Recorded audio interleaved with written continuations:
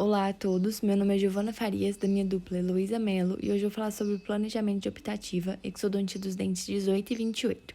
Nosso paciente é o Carlos Henrique Alves dos Santos, tem 20 anos, 70 quilos, normo sistêmico e tem 1,83 de altura. A queixa principal é arrancar os sisos. O paciente não faz uso de nenhuma medicação, não apresenta reação alérgica à anestesia local e nunca ocorreu intercorrências em tratamentos odontológicos e médicos anteriormente. O procedimento a ser realizado é a exodontia do dente 18 e 28. O paciente ele já está com uma pericoronarite no exame clínico, né? No arco inferior do lado direito. E por isso nós vamos, então, extrair os superiores primeiro, para depois fazer a remoção, então, dos dentes inferiores. Então, os dentes aqui estão apontados pela seta.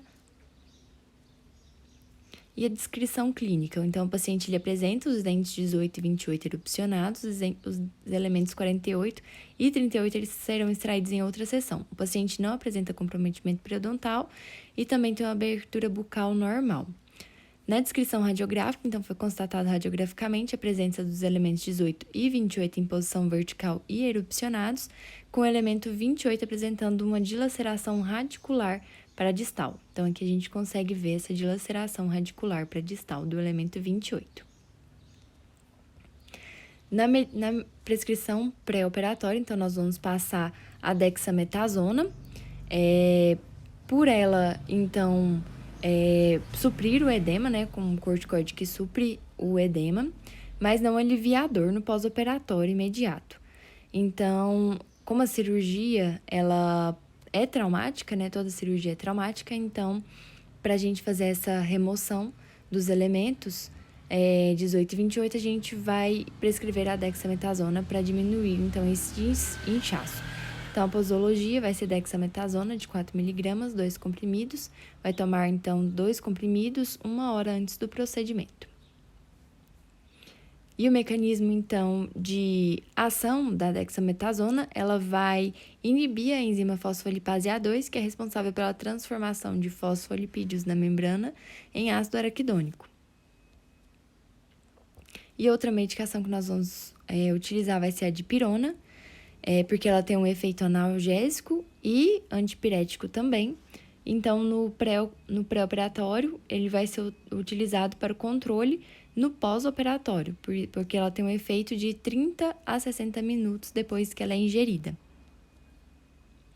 O mecanismo de ação, então, da dipirona é por meio da inibição da via da síntese de prostaglandina, e a sua concentração máxima vai ser atingida em 1 a 2 horas depois que ela ser ingerida, né?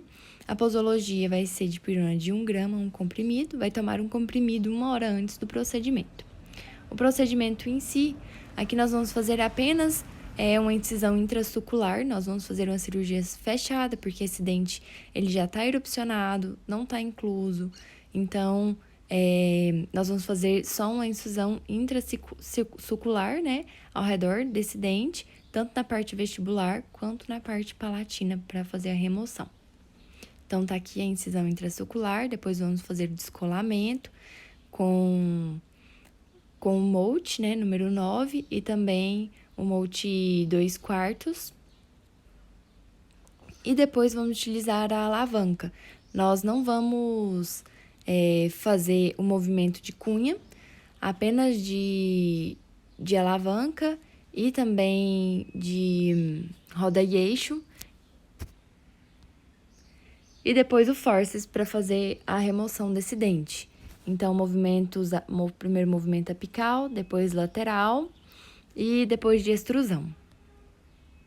E nos cuidados pós-operatórios, então, nós vamos fazer, então, a manobra inicial para controle do sangramento da ferida, que é colocar uma gase naquele local, que vai estar já umedecida, de modo que o sangue não coagule sobre a gase e desloque, né, o coágulo assim quando a gase for removida, e pedir para esse paciente morder por no mínimo 30 minutos e não mastigar sobre ela. Então, apenas fazer essa compressão e também ficar sem conversar por no mínimo 2 a 3 horas para fazer esse controle do sangramento pós-operatório. O paciente também vai ser informado que é normal um ligeiro sangramento por mais de 24 horas após o procedimento da extração. E o paciente também deve ser alertado para evitar coisas que possam aumentar esse sangramento, como fumar, cuspir, fazer algum exercício físico mais intenso durante as primeiras 12 a 24 horas após a extração. Também orientar o paciente a ingerir, né, no mínimo 2 litros de água nas primeiras 24 horas, e a alimentação nas primeiras 12 horas deve ser pastosa e fria. Então, no primeiro dia, compressas geladas sobre a área, ingestão de alimentos como sorvete ou comidas frias, líquidos e pastosas, evitar movimento de sucção e fazer o repouso. No segundo dia, ingestão de alimentos mornos, líquidos e pastosos e continuar em repouso. E no terceiro dia, ingestão de alimentos normais, só que ainda com compressas mornas. A prescrição no pós-operatório que nós vamos, então, passar vai ser ibuprofeno de 600 miligramas. Ele, então, tem uma ação anti-inflamatória, né, que decorre da inibição da síntese de prostaglandinas, efetuando mediante inativação da ciclooxigenase, tanto da COX-1 quanto da COX-2, então, impedindo a formação de edema, rubor, dor, calor e perda de função. A posologia vai ser ibuprofeno, um comprimido de 600 miligramas, então esse paciente vai ter que ingerir 9 comprimidos, tomar um comprimido de 8 em 8 horas por 3 dias. A justificativa do uso é porque o ibuprofeno é um anti-inflamatório não esteroidal que age na diminuição da dor, eritema e edema. E o paracetamol, que é um comprimido de 500 miligramas, o mecanismo de ação ele vai produzir, então, analgesia e antipirese por mecanismos semelhantes aos salicilatos.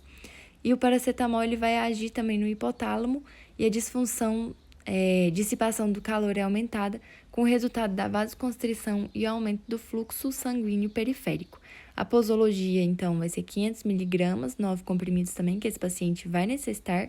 Vai tomar um comprimido de 8 em 8 horas por 3 dias. A justificativa de uso é porque é um medicamento indicado no controle da dor leve a moderada.